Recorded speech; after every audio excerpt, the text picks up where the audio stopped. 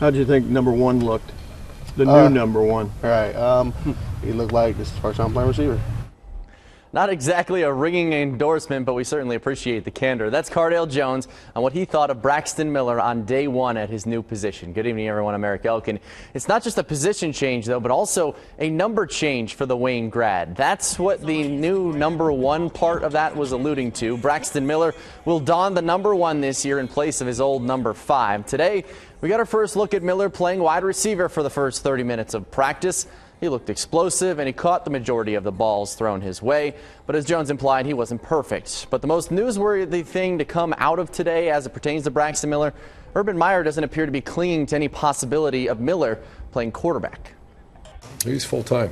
Yeah, he's full-time, and I don't want to say I completely left it up to him, but I just want to see how he pushed, and he's full-time receiver. Of course, he's going to show speed. Of course, he's going to show quickness, and he'll catch the ball. But, you know, it's more than that than playing receiver. You know, understanding depth of routes, getting in and out of breaks and things like that.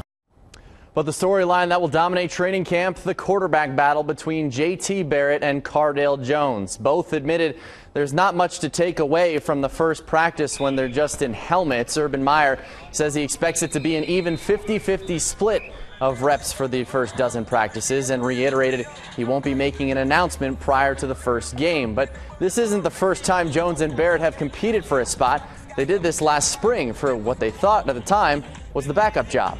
I was too busy, worried about, I don't know, extra stuff. I was thinking too much, and if he made a good play, then I was like, well, I got to do this, I got to force it or whatever, things like that.